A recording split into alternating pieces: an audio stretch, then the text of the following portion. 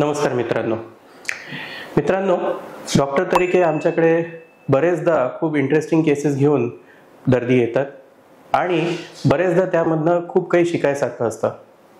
आम्ही 100 अशा इंटरेस्टिंग केसेसची एक सिरीज बनवतोय, ज्यामध्ये आम्ही शेअर करू की काय केल्याने या पेशंटची ट्रीटमेंट, याचा उपचार वेगळा आपण करू शकलो असतो, त्यामधनं आपण काय शिकलो आणि समाजापर्यंत आम्ही यामधनं काय मेसेज पोहोचवू शकतो. आजची ही केस या सिरीजची पहिली केस आहे. माझ्या मित्र डॉक्टर सोबत ही केस घडली होती आणि मी तुमच्यासोबत शेअर करतो. मित्रांनो, या केसमध्ये माझ्या मित्राला त्यांच्या एका मित्राचा फोन आला की आमच्या गावाकडे एक पेशंट आहे, त्यांनी ॲसिड पिऊन घेतला आहे. पेशंटला ताबडतोब हॉस्पिटलमध्ये नेण्यात आलं.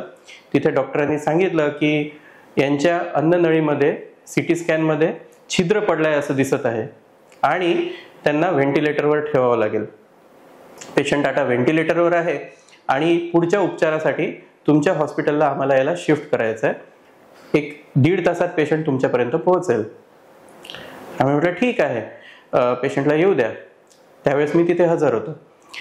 जेव्हा पेशंट आला तेव्हा पहिल्यांदा तपास केल्यावर एवढं समजलं की पेशंटचं हार्ट, त्याचा धबकारा, पल्स, BP सगळं ओके आहे, पेशंट स्टेबल आहे, पण पेशंट व्हेंटिलेटरवर ठेवला गेला आहे.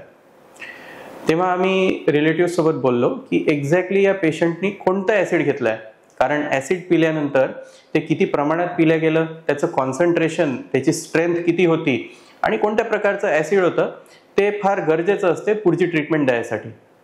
नातेवाईकांनी म्हटलं की आमचं गाव साहेब इथनं दूर आहे, 60-70 किलोमीटरवर आहे आणि तिथे कोणी सध्या अवेलेबल नाही की आम्हाला तुम्हाला दाखवता येईल की कोणतं ॲसिड यांनी घेतलं आहे, पण 100% यांनी ॲसिडच घेतलाय, आम्ही तुम्हाला सांगून राहिलो.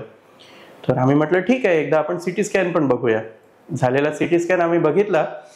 त्यामध्ये ॲक्च्युली जी थोडी विचित्र गोष्ट अशी होती, जेव्हा कोणी पण ॲसिड घेतं तर आपल्या शरीरामध्ये या प्रकारची सिस्टीम असते.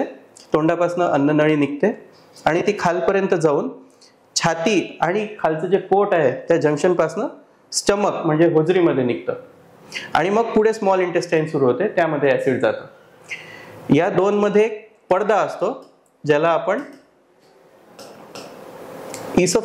डायफ्राम म्हणतो. इथे जनरली जेव्हा पण कोणी ॲसिड घेतं त्याला बरेचसे अल्सर तोंडामध्ये, अन्ननळीमध्ये, स्टमकमध्ये पाहायला भेटतात. बरेचदा ते अल्सर भिंतीला एवढं पातळ करून टाकतात की तिथनं लिकेज सुरू होऊन जातं. आपल्या CT स्कॅनमध्ये असं दिसत होतं, असं सांगण्यात आलं होतं की ॲसिड पिल्यामुळे याला छिद्र पडल्यामुळे तिथून लिकेज सुरू होतं. जनरली कोणतंही लिक्विड जेव्हा खाली जातं किंवा सॉलिड फूड जेव्हा खाली जातं, ग्रॅव्हिटीमुळे ते खाली असतं. तर अशा लिकेजच्या केसेसमध्ये आपल्याला या भागामध्ये कंटॅमिनेशन पाहायला भेटतं, अन्ननळीचा खालचा भाग आणि या पडद्याच्या वरचा भाग, तिथे सगळं जमा होतं. पण या केसमध्ये काहीतरी विचित्रच पाहायला मिळालं.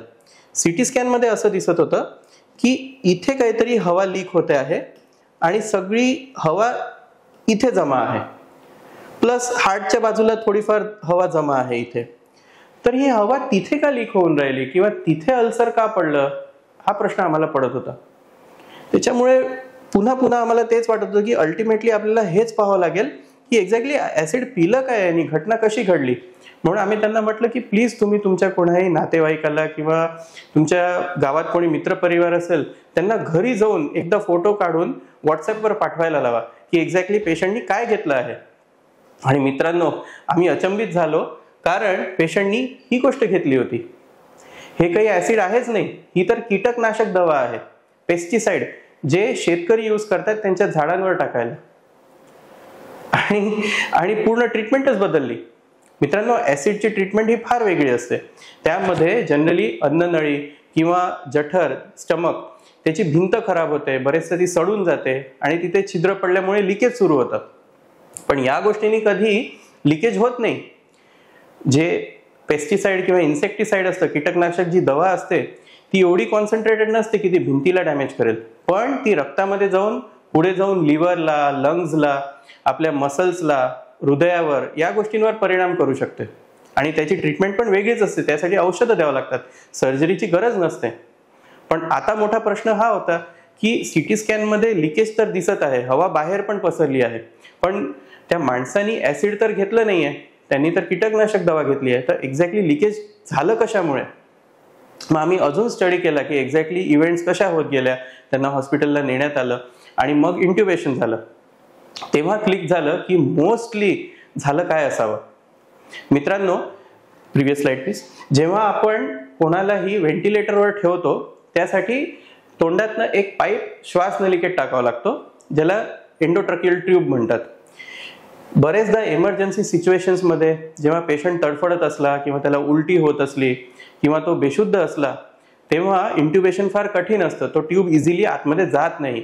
तो जावा यासाठी आपण पहिले एक पातळ वायर आतमध्ये टाकत असतो, त्याला स्किलेट म्हणतात. झालं असं होतं की ते स्किलेट जेव्हा त्या डॉक्टरांनी टाकलं असेल, ते श्वासनलिकेत छिद्र करून बाहेर आलं.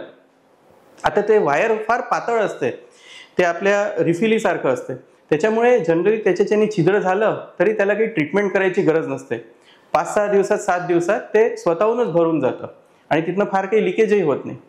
पण या गोष्टींनी सगळी ट्रीटमेंटच बदलली. जर आपण पहिलेच समजून त्याला अन्ननळीत छिद्र पडलंय हे समजलो असतो तर ऑपरेशन काय करावं लागलं असतं? इथून अन्ननळीपासनं बाहेर एक रस्ता काढून गळ्यामध्ये अन्ननळी बाहेर काढली असती. त्याच्यामुळे सगळी थूक त्याला इथनं कितीतरी महिन्यांपर्यंत बाहेर आली असती. दुसरं, पेशंटला पोषण जायला पाहिजे म्हणून पोटातनं एक नळी आपण आतड्यामध्ये टाकली असती आणि तिथनं त्याला जेवण दिलं असतं आणि 6 महिन्यानंतर हे सगळं रिपेअर करण्यासाठी मोठी सर्जरी आली असती.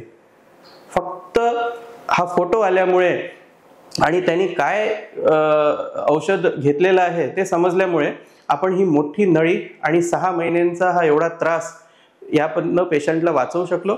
दुसरं की जे औषध त्यांनी ऍक्च्युली घेतलं आहे त्याची प्रॉपर ट्रीटमेंट आपण सुरू करू शकलो.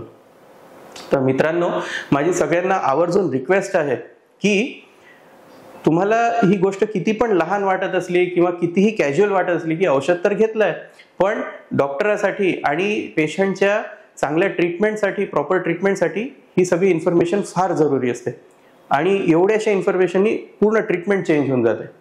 तर जेव्हा पण तुम्ही डॉक्टरांकडे जाता तेव्हा जुने सगळे पेपर्स, सगळ्या फायली, सगळे रेकॉर्ड्स, सगळे ब्लड टेस्टपासनं जेवढे सिटी स्कॅन, सोनोग्राफी जे काही झालं आहे सगळे कागद नेहमी घेऊन जा.